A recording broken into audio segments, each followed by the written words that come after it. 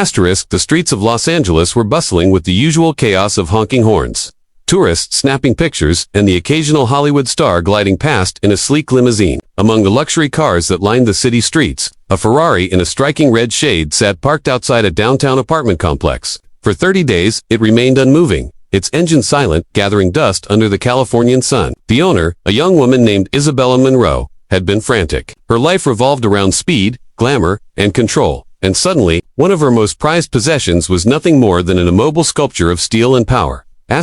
Isabella had bought the Ferrari after years of ambition and persistence. She had built a successful tech startup from scratch, and the car was her reward, a symbol of everything she had achieved. But life had a way of humbling even the most confident, and this breakdown felt like a challenge she couldn't conquer. She had called every mechanic she knew, dropped off the car at multiple service shops, and even tried to troubleshoot it herself. But every effort ended in frustration. The Ferrari remained stubbornly silent, and Isabella's patience had begun to wear thin.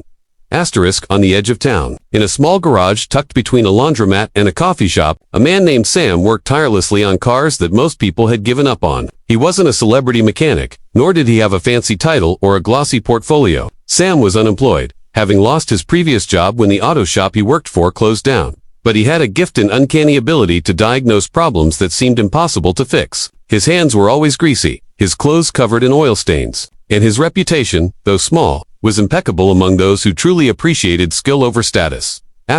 Word of Isabella's broken Ferrari reached Sam through a mutual acquaintance, a fellow car enthusiast who knew Sam's talent. The call was simple but urgent. Isabella, desperate and skeptical, explained the situation. Sam listened quietly, without judgment or ego. "Bring it by," he said. "I'll take a look." The next day, Isabella reluctantly drove the Ferrari to Sam's modest garage. She half expected disappointment, imagining another mechanic shrugging helplessly at her car. But Sam was different. He walked around the car, his eyes scanning every line, every curve, every hint of wear. He listened to the engine with his hands on the hood, ran diagnostics with old-fashioned intuition, and smiled knowingly as he turned the key. "It's nothing catastrophic," he said calmly. "Just a miscommunication in the system, easily fixable." Isabella blinked, astonished. She had prepared herself for a lecture about neglected maintenance, expensive repairs, or worst-case scenarios. Instead, Sam was confident, almost casual, about what had kept her Ferrari idle for so long. Over the next several hours, he worked methodically, replacing a small faulty sensor, calibrating the engine, and running tests. Throughout the process, Isabella watched, fascinated. She had been so accustomed to delegating, to letting professionals handle every aspect of her life, that watching someone solve a problem with skill and patience was mesmerizing. By the end of the day, the Ferrari roared to life with a sound that was both familiar and exhilarating. Isabella's eyes filled with tears, partly from relief and partly from amazement. She thanked Sam profusely, insisting on paying him far more than his modest fee. Sam shook his head. "I'm not in it for the money," he said simply. "I just like fixing things and seeing people smile when something works again." Word of the Ferrari's revival spread quickly through Isabella's circle. Her friends, colleagues, and even social media followers were impressed, not just by the car's return to life, but by the story behind it. A young tech entrepreneur, humbled by her own frustration, had found an unlikely hero in an unemployed mechanic, who saw skill and passion as more valuable than titles or wealth.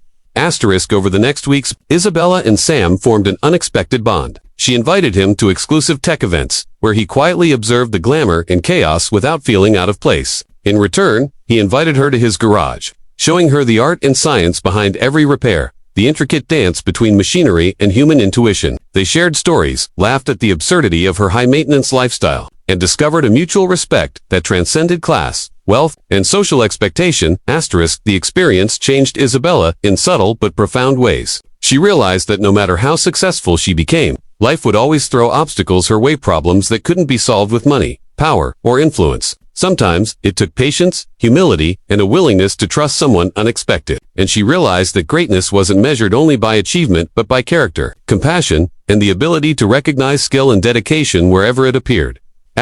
Sam, too, found something in the encounter that he hadn't expected. He had spent years feeling invisible, undervalued, and overlooked, despite his talent. But in helping Isabella, he saw the impact of his work on someone else's life. He realized that skill and passion mattered, that integrity was always noticed, and that his place in the world was not defined by unemployment but by the difference he could make. The Ferrari, once a symbol of frustration and immobility, became a symbol of collaboration, trust, and unexpected connections. It reminded Isabella daily that even the most stubborn problems could be solved with patience and expertise. and that sometimes, the people who seemed least likely to help could change everything. Asterisk, in the end, the broken Ferrari had done more than sit idle for 30 days. It had bridged two worlds, a young entrepreneur and an unemployed mechanic, brought together by circumstance.